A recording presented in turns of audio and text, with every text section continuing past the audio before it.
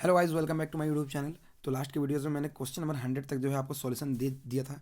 तो आज हम क्वेश्चन नंबर 101 से बात करेंगे। तो चैनल पर नहीं तो चैनल को सब्सक्राइब कर लेना और बिना देर के चलिए आज की वीडियो को शुरू करते हैं। तो सबसे पहले हमें क्वेश्चन दिया हुआ है, an industrial fuel containing equivalent mixture of CO plus H2। मतलब यहाँ पे दिया हुआ है क्या, इंडस्ट्रियल फ्यूल जो कंटेन करता है equimolar mixture of CO and H2।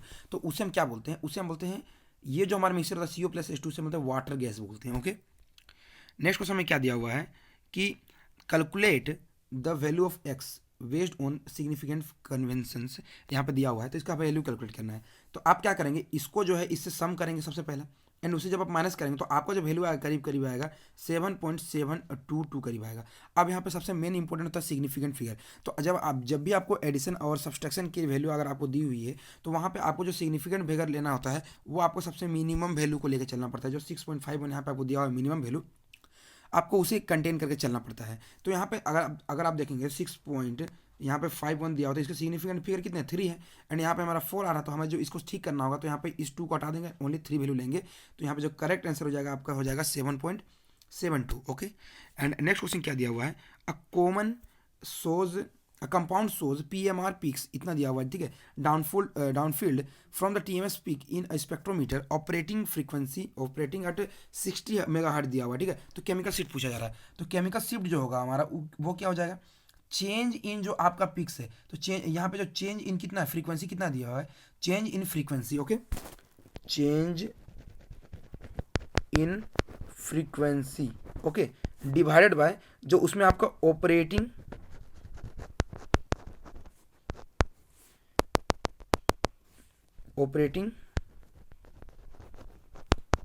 Frequency होता है, ठीक है। तो चेंज इन फ्रीक्वेंसी कितना दिया हुआ है 240 डिवाइडेड बाय जो आपको दिया हुआ है 60। इसे हम अच्छे सॉल्व करते हैं, ठीक है। दिया हुआ है 240 हर्ट्ज दिया हुआ है, एंड नीचे में दिया हुआ है 60 मेगा हर्ट्ज। तो मेगा हर्ट्ज को हर्ट्ज में चेंज कर देते हैं, 10⁻6 इंटू 10⁻6 हो जाएगा, ठीक है, ये हर्ट्ज हो जाएगा। अब ये सॉल्व करेंगे तो ये 4 टाइम्स आएगा, 4 इंटू 10⁻⁻6, और ये जो -6 को हम लिख सकते हैं PPM, तो ये हो जाएगा 4 PPM। तो करेक्ट आंसर हो जाएगा आपका ऑप्शन नंबर डी। अब हम लेते हैं अपने नेक्स्ट क्वेश्चन को, pick out the pick out the correct match. यहाँ पे करेक्ट मैच बताना है। तो यहाँ सबसे पहले क्या दिया, प्योर वाइब्रेशनल स्पेक्ट्रम। जो प्योर वाइब्रेशनल स्पेक्ट्रम होता है वो आपका रोटेशनल IR में आता है, एंड NMR जो है यहाँ पे दिया हुआ है, यहाँ पे विजिबल दिया हुआ, विजिबल भी नहीं होगा बिकॉज जो NMR होता है आपका रेडियो में आता है, एंड जो आपका इलेक्ट्रॉनिक स्पेक्ट्रम वो IR में नहीं आता है, क्योंकि IR अभी मैंने बताया वो आपको प्योर वाइब्रेशनल स्पेक्ट्रम में आता है। तो करेक्ट आंसर हो जाएगा आपका यहाँ पे option number C. Next question क्या दिया हुआ है, geraniol on heating with phosphoric acid yields. तो सबसे पहले आपको जर्नियोल का स्ट्रक्चर पता होना चाहिए। तो वो क्या होता है, हमारा कुछ स्ट्रक्चर इस प्रकार होता है, ठीक है। जब आप इसे यहाँ पे ठीक अच्छा से बनाता हूँ मैं,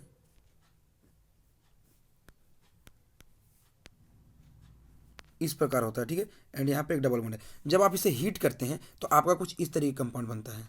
किस तरीके का, इस तरीके का कंपाउंड जो आपका यहाँ पे बन जाता है। तो ये जो कंपाउंड बनता है इसे H3O हम हीट करते हैं, सॉरी फॉस्फोरिक एसिड। तो ये जो कंपाउंड होता है इसका नाम है लिमोनिन। ओके, अब नेक्स्ट क्वेश्चन हमारा क्या है वो देखते हैं। In the polymerization reactions of ethene the active species of the Ziegler Natta catalyst is. जो यहाँ पे जिगला नेटा कैटलिस्ट होता है आपने यूज़ किया होगा TiCl4 एंड AlMe3। तो इसमें जो एक्टिव स्पीसीज होता है आपका होता है TiCl3 होता है एक्टिव स्पीसीज। ओके, तो करेक्ट आंसर हो जाएगा हमारा option number 4। And next question क्या दिया हुआ है, आइडोमेट्रिक टाइट्रेशन। आइडोमेट्रिक टाइट्रेशन होता क्या है कि refers to titration using an indirect process involving iodine. Okay, and next question क्या दिया हुआ है, polymerisation polymerisation of isoprene in the presence of Ziegler Natta catalyst. जो आप पॉलीमराइजेशन करते हैं जिगलर नेटा कैटलिस्ट के प्रेजेंस में आइसोप्रीन का, तो वो आपको प्रोडक्ट देता है Cis 1,4 पॉली आइसोप्रीन। ये याद रखिएगा, ओनली सिस प्रोडक्ट आपको यहाँ पे मिलता है। ओके, नेक्स्ट क्वेश्चन क्या दिया हुआ है, प्राइमरी स्ट्रक्चर ऑफ प्रोटीन सोज। देखिए, प्राइमरी सेकेंडरी टर्सरी इस तरीके का एमिनो एसिड का स्ट्रक्चर होता है, सॉरी प्रोटीन का स्ट्रक्चर होता है। तो जो प्राइमरी स्ट्रक्चर ऑफ प्रोटीन होता है वो आपका एमिनो एसिड सीक्वेंस के बारे में बताता है, एंड जो सेकेंडरी स्ट्रक्चर होता है आपका वो आपका अल्फा बीटा को बताता है। तो करेक्ट आंसर हो जाएगा हमारा ऑप्शन नंबर सी। अब नेक्स्ट क्वेश्चन क्या दिया हुआ है, which statement is correct among the following. तो इसका करेक्ट आंसर हो जाएगा bleaching act of chlorine, bleaching action of chlorine is based on oxidation while that SO2 is based on reduction. Okay, next question क्या दिया हुआ है, XeF2 is iso structural with, XeF2 किस साथ आइसो स्ट्रक्चरल है, तो XeF2 का structure देखें तो ये आपका हो जाता है लीनियर, ठीक है, तो यहाँ पे ICl2 माइनस भी हो जाएगा आपका लीनियर, तो करेक्ट आंसर हो जाएगा आपका option number B. And next question हमें क्या दिया हुआ है, the splitting of molecular rotational energy levels in the presence of external electric field is called. देखिए स्प्लिटिंग होता है मोलिकुलर रोटेशनल एनर्जी का in the presence of external electric field, इसे हम बोलते हैं स्टार्क इफेक्ट बोलते हैं। ओके, इसे हम बोलते हैं stark effect. And next question क्या दिया हुआ है, both cryptands and crown ethers are multidentate ligands that binds with various metal ions. The donor atoms in these ligands are, तो सबसे पहले तो आपको क्रिप्टलेंट और क्राउन ईथर का आपको स्ट्रक्चर जानना होगा। तो अगर आप देखेंगे तो अगर हम बनाएं क्रिप्टलेंट का स्ट्रक्चर, तो यहाँ पे ऑक्सीजन ऑक्सीजन, यहाँ नाइट्रोजन, यहाँ नाइट्रोजन, यहाँ पे ऑक्सीजन ऑक्सीजन, एंड यहाँ पे जो है अगर हम ईथर का बनाएं तो हमारा कुछ इस तरीके का आता है। एंड अभी हम कनेक्ट कर देते हैं, तो जब आप कनेक्ट करें तो यहाँ पे ये आ जाएगा, यहाँ पे ये, यहाँ पे ये, यहाँ पे ये, इस तरीके का, ठीक है, ये कुछ इस प्रकार का हो जाता है।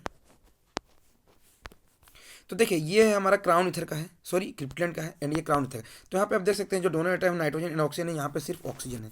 तो करेक्ट आंसर आप खुद ही बता सकते हैं हमारा करेक्ट आंसर क्या हो जाएगा। तो जो करेक्ट आंसर हो जाएगा हमारा यहाँ पे, वो हो जाएगा हमारा both nitrogen oxygen in cryptands and oxygen in crown ether. Okay, अब हम लेते हैं अपने नेक्स्ट क्वेश्चन को। Thin layer chromatography is a type of, कौन से क्रोमेटोग्राफी में आता है ये थिन लेयर? थिन लेयर होता है आपका प्लेनर क्रोमेटोग्राफी में आता है। ओके, नेक्स्ट क्वेश्चन क्या दिया हुआ है, among the following which one react selectively with vicinal diols. ठीक है, तो यहाँ पे सबसे पहले आपको विसिनल डायोल जानना होगा, ये कुछ इस प्रकार होता है। ठीक है, ये हमारा हो गया विसिनल डायोल। ओके, तो जो विसिनल डायोल है इसे आप किससे ट्रीट करेंगे तो आपका ये रिएक्शन होता है, तो ये माला पीरियड होगा। अब आप बताएंगे माला पीरियड होगा क्या है, इसमें सिर्फ आपको स्ट्रक्चर जानना था। तो माला पीरियड होता है HiO4 होता है। ओके, तो HiO4 से आपको पता है कि ये क्लीवेज किया जाता है, तो आपका करेक्ट आंसर हो जाएगा ऑप्शन नंबर ए। आपने इसे ग्लूकोज में पढ़ा होगा। अगर इसके रिगार्डिंग मैंने वीडियोज बनाई है, अगर आपने उसे नहीं देखा तो प्लीज़ आप देख लें।